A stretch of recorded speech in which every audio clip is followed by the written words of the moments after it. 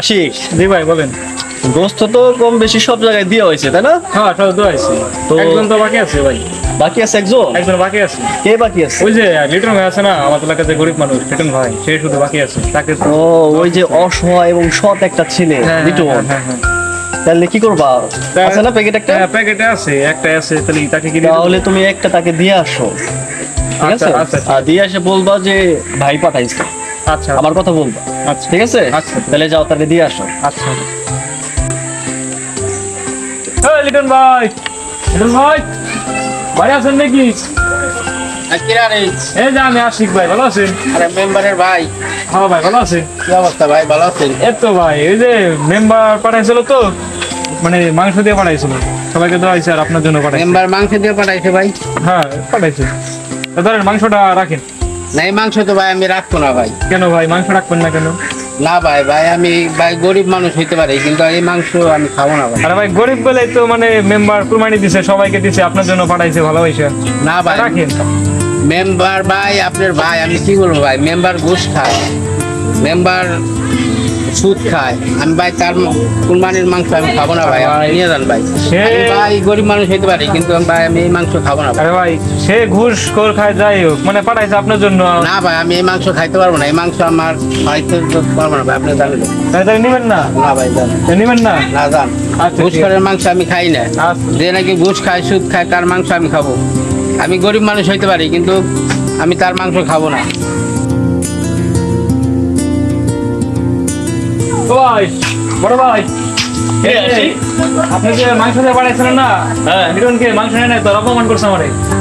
মাংস নেই তোর অপমান করছে? বলতেছে যে ঘুষ খায় সুদ খায়, তার মাংস আমি নেবো না, লাগে ডাল ভাত খাবো। ওইসব অপমান করে মাংস নেয় নাই, যে মাংস দিয়ে পাঠাই দিচ্ছে। ও একজন গরিব অসহায় মানুষ দেখে ওরে আমি গোস্ত পাঠালাম তোরে দিয়ে, যাতে তোর মাংসটা ও নিয়ে ঈদের দিন যেন খাইতে পারে, ভালো মন্দ খাইতে পারে। ওই ফকিনীর বাচ্চার এত বড় সাহস, ও আমার মাংস আমাকে ফিরে দেয়, আবার আমাকে বলে আমি ঘুষ খাই সুদ খাই না। সে কথা বলে তো নিল না। চল আমার সাথে, আমি দেখবো। আচ্ছা। আয়। ওই লিটন, লিটন, ওই লিটন, কোথায় তুই? আর মেম্বার সাহেব আপনি আইছেন? আমি আইছি, এদিকে আয়। কিরে, তোর বলা অনেক সাহস হয়ে গেছে? আমি তোরে মাংস দিলাম ভালো বুঝা, আর তুই সেই মাংস তো নিলি না, আর উল্টা তুই আমার অপমান করছস। আমি ঘুষ খাই সুদ খাই না, এত বড় সাহস তোর?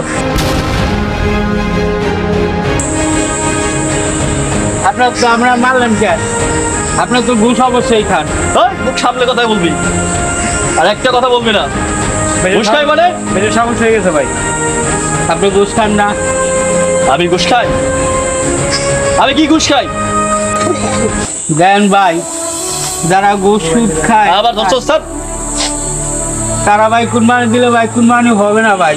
আর আপনার এই সুদের ঘুষের টাকার বস্তু যদি আমি খাই, তাই এটার পাপের ভাগ তো আমিও হবো, তাই না? আপনি তো আমার গরিব মানুষ দেখে আপনি আমাকে মারতেছেন ভাই। আমি গরিব অসহায় মানুষ মেম্বার সাহেব। আপনি যে গোস্তটা পাঠাইছেন, এই গোস্তটা হয়তো আপনার কাছে অনেক মূল্যবান, কিন্তু আমার কাছে এটা কোনো মূল্য নাই, কারণ এটা হারামের টাকায় কিনা। আমি না খায় ডাল ভাত খেয়ে থাকবো তাও ভালো, তবু আমি এই গোস্ত খাবো না। আপনি আমাকে মাফ করে দিয়ে। ভাইয়া সত্য কথা বলতে কি, সে কথাটা কিন্তু বাস্তবই বলছে।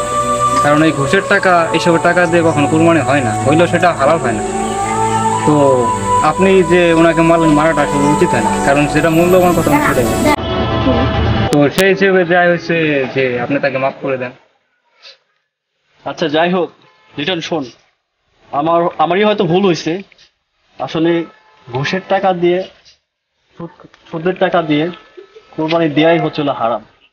তো ভুল মানুষই করে, আমিও ভুল করছি। তো ভুল থেকে তো মানুষ শিক্ষা পায়, তাই না?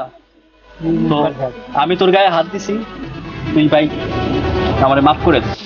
আচ্ছা, তুই মনে কষ্ট নিস না ভাই, হ্যাঁ, মাফ করে দেবে। শোন, আমি তোরে কথা দিতেছি, এখন থেকে আমি ঘুষ খাওয়া সুদ খাওয়া সব বাদ দিয়ে দেবো। আমি এখন থেকে চেষ্টা করবো সৎ ও হালালভাবে টাকা ইনকাম করতে। সৎ এবং হালালভাবে যে টাকাটা ইনকাম করবো সেটা দিয়ে কুরবানি দেওয়ার চেষ্টা করবো। তুই ভাই মেম্বার সাহেব এটাই করবেন।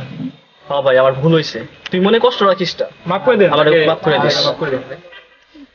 ভালো থাকিস তাই, হ্যাঁ? আশিক, জি ভাই। চল।